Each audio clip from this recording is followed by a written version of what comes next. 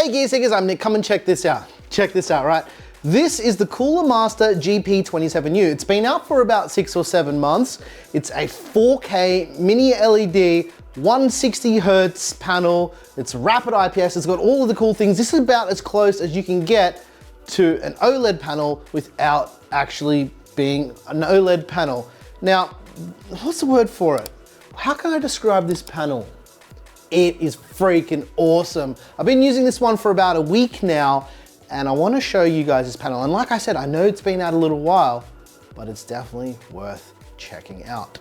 But before we check out this new panel from Cooler Master, here's a word from today's video sponsor. Yeah, we're doing some pre-roll ads now. It's MSI.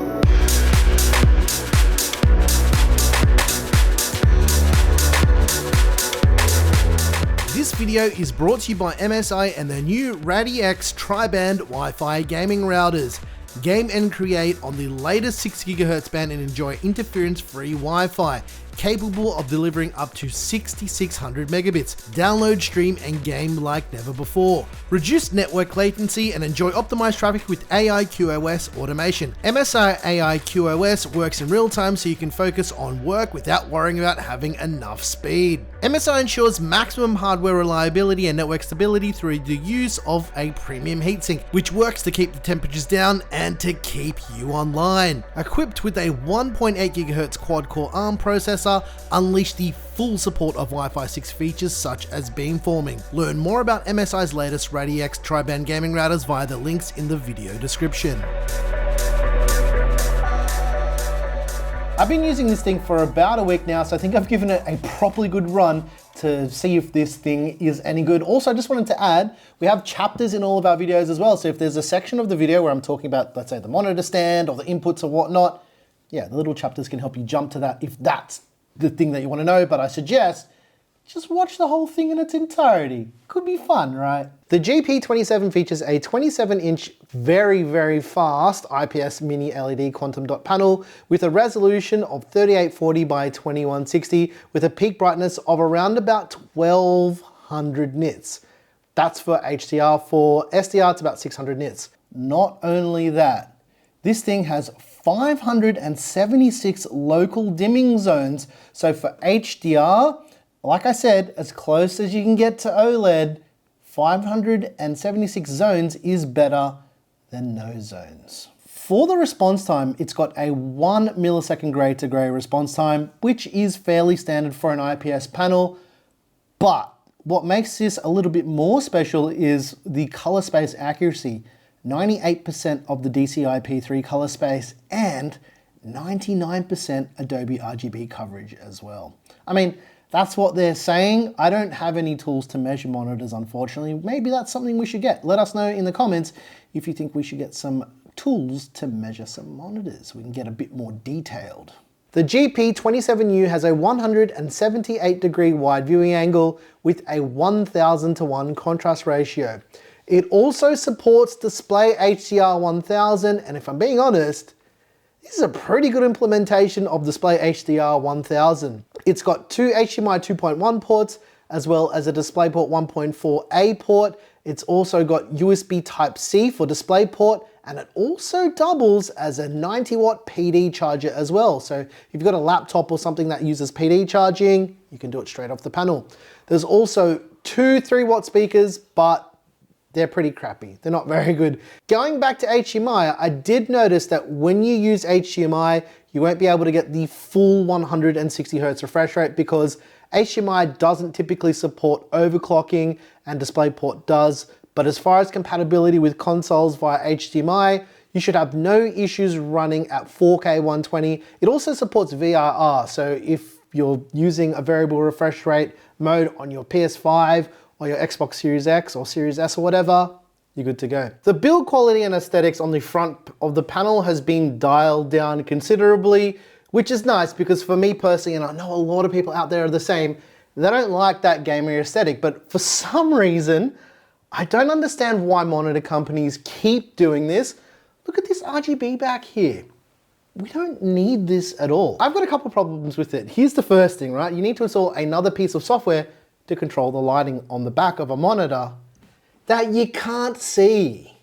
can we do away with this? Because it'll reduce the price of the panel overall. But other than that, I don't hate how it looks on the back. It's okay. Just get rid of the RGB. The other thing I wanted to mention is Cooler Master's done away with having 4 screws to hold in their stand on the back of the monitor. It's a single clip. It's almost like monitor manufacturers have been doing this forever.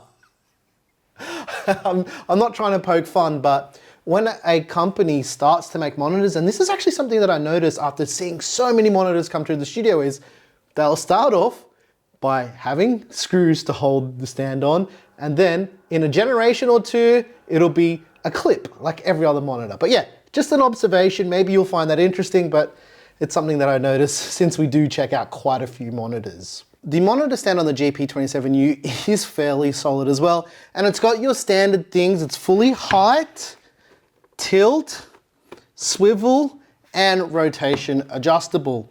We could probably lift this up all the way, and okay, it doesn't go all the way around, but you can see it's got quite a lot of adjustment, and we typically see this amount of adjustment with flat 27-inch panels. So, you know, you're not missing out on anything if you're using the monitor stand. However, if you want to put this on a VESA arm, it's got standard 100mm VESA mounting, so you can put it on any arm, any desk mount, anything you've already got.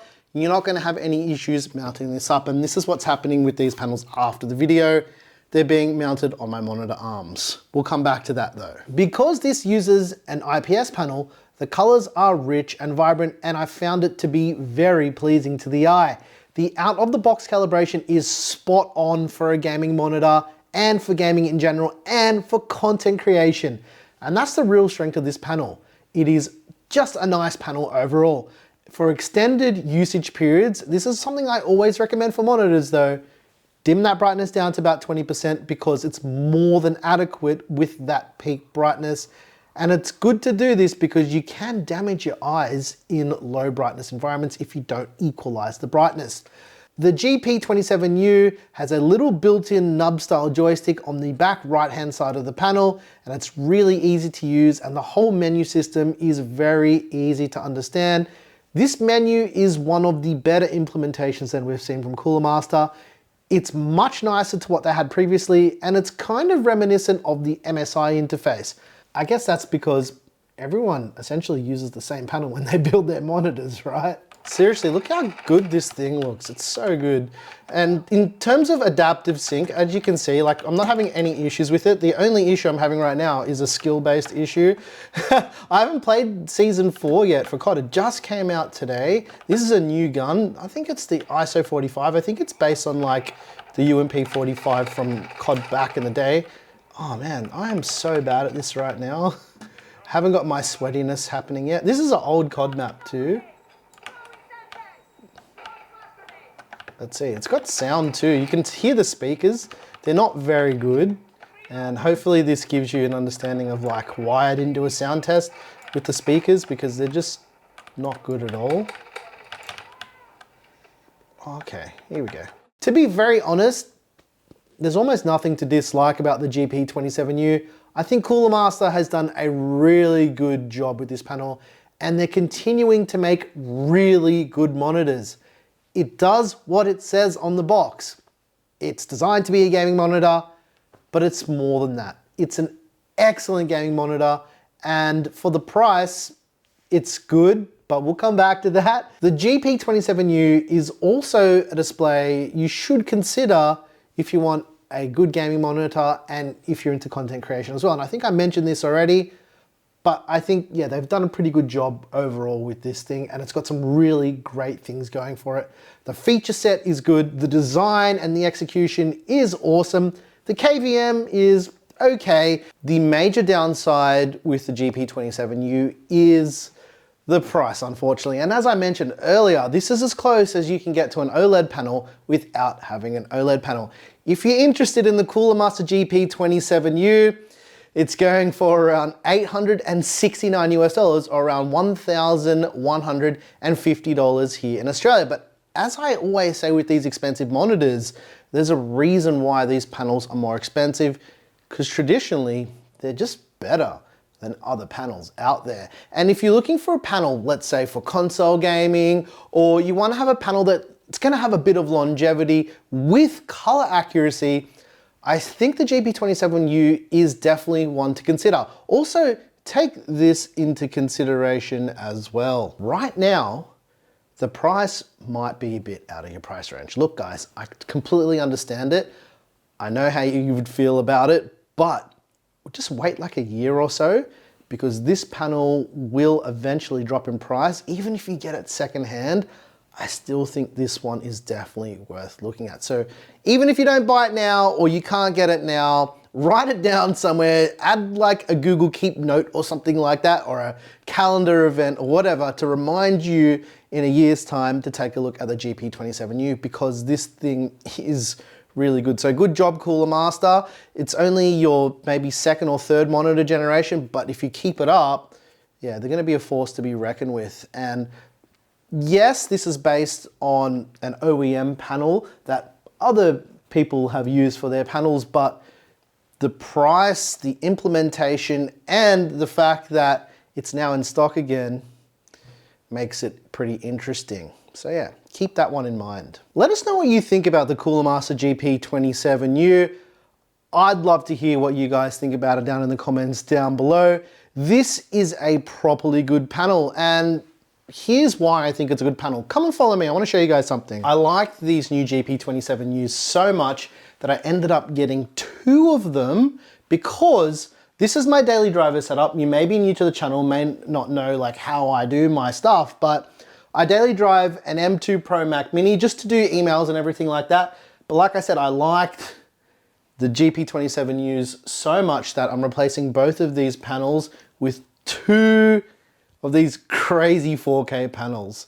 Yeah, I just thought I would add that in, because when a company sends me a product and it's legitimately good, I use it myself, or in this case, I want another one so I can replace both of these panels.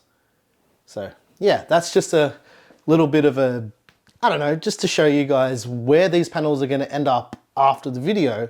Well, panel, because you've only seen one, but I've got another one brand new in the box. But after we're done, I'm giving myself a new setup with them too. So there's that, right? Not everything just, you know, ends up in a corner in a box somewhere. A lot of the time we use the stuff. Like this Aorus panel, for instance. Remember this thing? The 43-inch one we reviewed like 2 and a bit years ago? Still my gaming setup panel, you know?